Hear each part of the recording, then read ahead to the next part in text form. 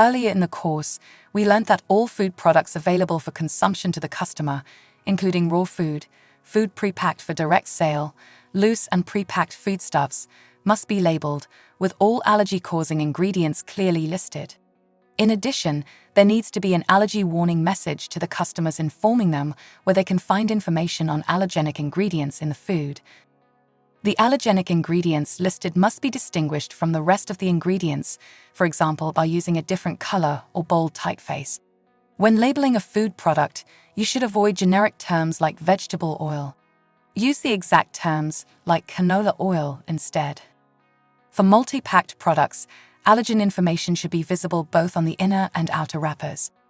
Information on allergens in food must be either provided up front in a written format without the customer having to ask for it, signposted to let the customer know where they can find written information, signposted to say that oral information is available from a member of staff, provided orally at the customer's request.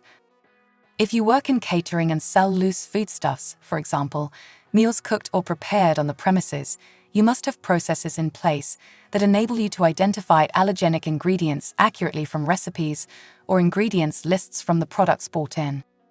Ensure that the customer is aware of the allergenic ingredients in your food and knows where to find information about them. The simplest thing is to list the allergy-causing ingredients along with each dish description on your restaurant menu, or beside each food product in the display cabinet in your cafe.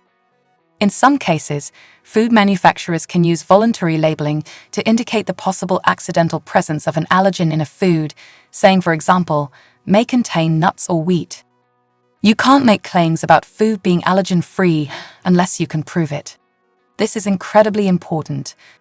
For example, people with celiac disease must avoid foods containing gluten, such as wheat, rye, and barley, which can seriously affect their digestive system.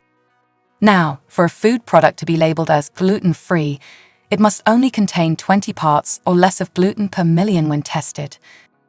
It's true that the law is very strict, but this helps people with allergies to make informed choices about the food they buy and eat to keep themselves safe.